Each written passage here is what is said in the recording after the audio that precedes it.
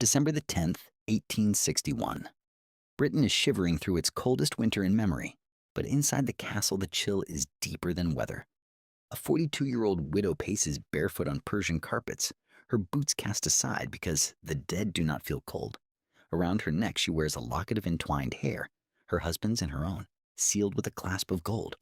She whispers to no one. He has left me instructions for an empire, but none for how to breathe without him. Tonight, that widow, Queen Victoria, will decide whether love is a stronger force than monarchy itself. And her weapon of choice is not a sword, not a parliament, but a single sentence hurled at her eldest child. You, Bertie, are the accident that killed your father. This is the story of how a mother's sorrow became a crown's greatest danger, of how a prince bred on champagne and roulette nearly shattered the oldest throne in Europe, and of how a Highland servant, half illiterate, all muscled, slipped past palace guards to become the queen's only confidant and her children's mortal enemy. But to understand why a queen would spy on her own blood, why she would bolt bedrooms, hide diaries, and finally contemplate declaring her heir insane, we must begin with a single, unbearable truth. Every photograph you have ever seen of Victoria in mourning is a lie. The black crepe, the downcast eyes, those are not grief. They are armor, and behind that armor rages a battle older than empire. The war between parent and child for the right to define what love demands. 1865. 4 years after Albert's heart stopped at Windsor, Victoria has still not touched the doorknob of his blue and gold bedchamber. She rules 1/4 of the earth, yet she cannot rule her own tears. Britain's government is paralyzed. Ministers receive replies written in the Queen's own hand, shaky, wine-stained, begging to be left alone with the dead. Into this vacuum strides a figure the court diarists call simply the creature. His real name is John Brown. He smells of tweed, whiskey, and the moors. And within 6 months, he will hold more power than any elected man in the realm. Victoria's children watch this Highland conquest with the dawning horror of orphans witnessing a stepfather move into their dead father's chair. They are 9 in number, ranging from Vicky, the clever, married crown princess of Prussia, to Beatrice, the baby who still sleeps with Albert's watch under her pillow. Caught in the middle is the boy upon whose shoulders the empire now insists, Albert Edward, Prince of Wales, known to the family by the diminutive he despises, Bertie. He is 24, short-waisted, eyes already pouchy from late nights. And he carries a secret that poisons every sunrise. His father died of typhoid after visiting Cambridge to scold Bertie for an affair with an actress. In the Queen's mind, the prince literally loved his son to death. From that moment, Victoria's maternal instinct mutates into surveillance. She orders palace doors locked at 11. She commissions the royal surgeon to chart the prince's weight, his stools, the color of his urine. Ladies-in-waiting become plainclothes detectives, slipping into theater boxes to record which dancers receive bouquets purchased by the prince's equerry. Most chilling of all, she commands that every letter Bertie writes, love notes, gambling IOUs, even laundry lists, be steamed open, copied, and filed in a mahogany strongbox labeled evidence of moral degeneracy. Bertie responds the only way a caged heir can, by becoming the caricature his mother already believes him to be. While Victoria retreats to Osborne's shuttered rooms, the prince rents Marlborough House and turns it into a pleasure-domed rebuttal to every Calvinist stricture his parents ever preached. Champagne is poured until the carpets squelch. Cigar smoke coils around chandeliers so thickly that ladies faint for want of oxygen. And in the center stands Bertie, ebullient, diamond-waistcoated, raising a glass to the motto he has printed on private matchbooks. Bread and circuses for those who can afford them. Yet even this carnival is haunted. Each morning the prince awakens to headlines that shriek E.T. Queen's grief beside sketches of his own bloated silhouette leaving Cremorne Gardens at dawn. The contrast is deliberate. Victoria's courtiers feed the press stories of a saintly widow sacrificing her health for duty while her son sacrifices his for roulette. And so the first shots in a 30-year war are fired, not with cannon, but with column inches. Into this battlefield rides the one man who will become both Queen's shield and Dynasty's wedge, John Brown. The official story says he arrives as a gilly to carry the Queen's plaid. The truth is subtler. Victoria, craving the sound of a voice that does not tremble in her presence, summons Brown south in 1864. Within weeks he has displaced the Lord Chamberlain in the royal pew, taken meals on a tray outside her private parlor, And, most shocking to the children, Ben, granted a key to the corridor connecting the Queen's apartments to his own bare room. Court diaries speak of the sound of laughter after midnight, low and unrestrained, as though grief itself were being chased away by whiskey and a brogue. The Queen's children respond with a maneuver as cold as any cabinet coup. Led by Vicky in Berlin and Alice in Darmstadt, they draft a memorandum threatening to have their mother declared mentally unsound unless Brown is dismissed. Bertie, emboldened by brandy, signs first. The document is smuggled to the Prime Minister, Lord Derby, who, terrified of constitutional crisis, locks it into his dispatch box and prays the Queen outlives the scandal. It is the closest Britain has come to regicide by letterhead since 1745. But Victoria is quicker. She summons the Lord Chamberlain and dictates a single line that will echo through palace history.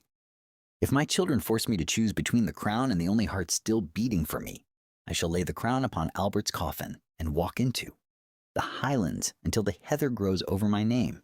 Translation: touch Brown and I abdicate. The threat is nuclear. Within days, Derby burns the memorandum, scattering ashes across the fireplace of number 10. Bertie receives a telegram in French, Victoria's language of emotional evasion.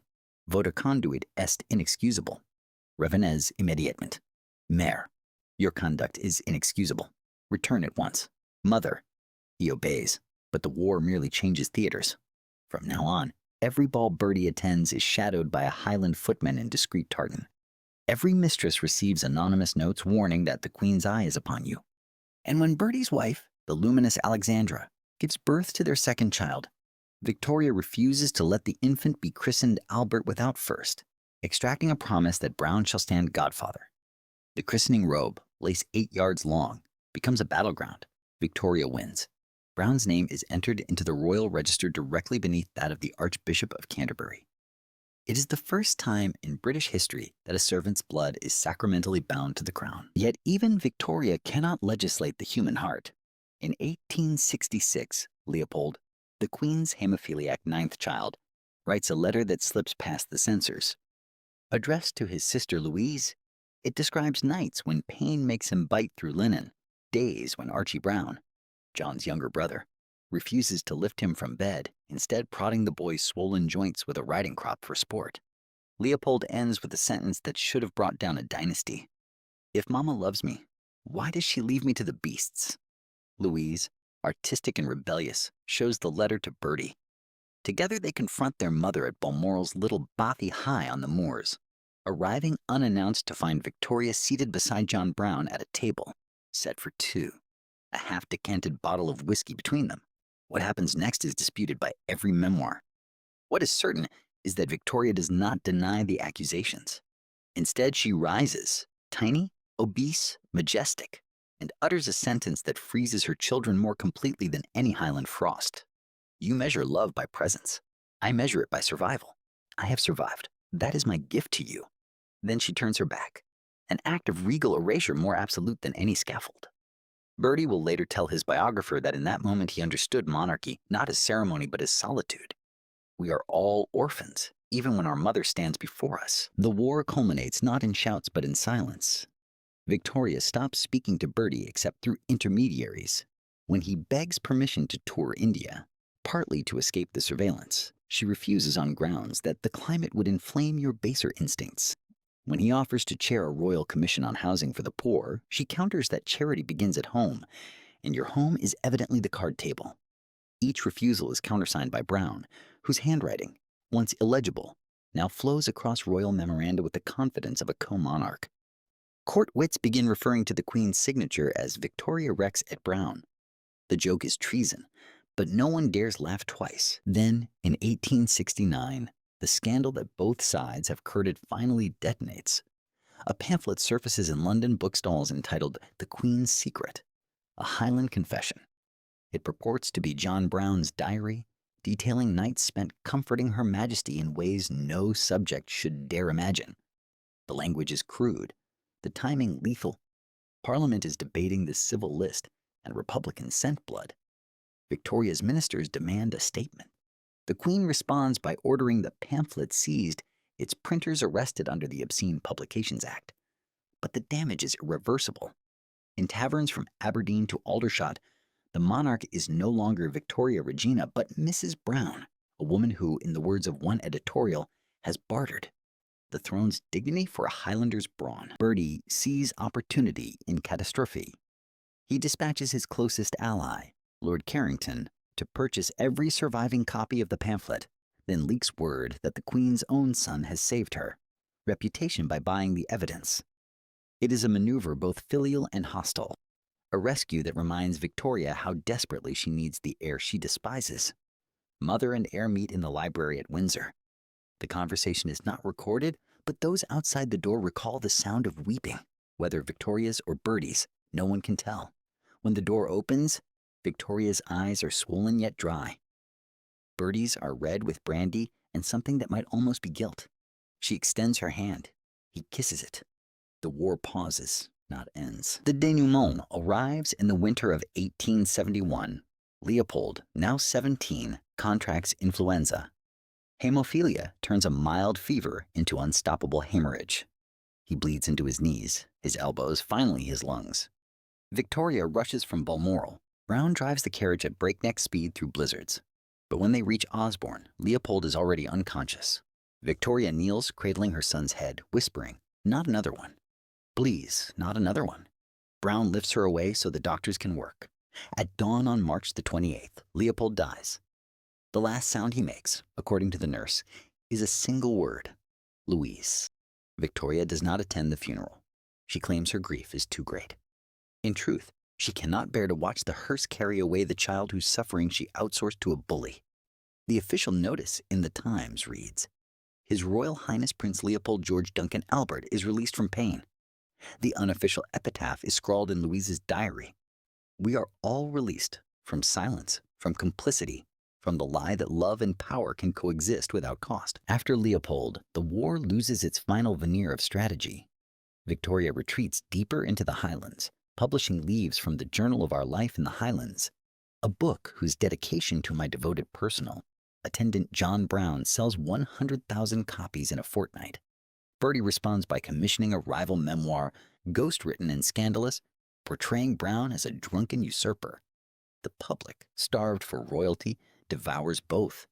Between them, mother and heir have created the modern cult of celebrity, intimacy packaged for mass consumption, grief monetized, love merchandised. When Brown dies in 1883, Victoria orders a granite mausoleum at Balmoral so vast that courtiers call it the second tomb. She carves upon it words that might serve as the epitaph for every parent who ever fought a child. Friend more than servant, loyal more than blood. Beside those words, she places a second inscription. Keep memory of me in your heart, and I in yours. No name, no need. The children understand. Victoria lives another 18 years. Bertie waits, 40, 50, 60, until at last the widow's breath rattles out in the Blue Room at Osborne on January the 22nd, 1901. By then he is stout, bearded, a man who has outlived every judge.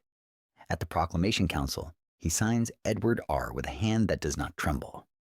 When asked whether he will retain his mother's Highland servants, he answers only the ghosts. Brown's brother is dismissed without reference.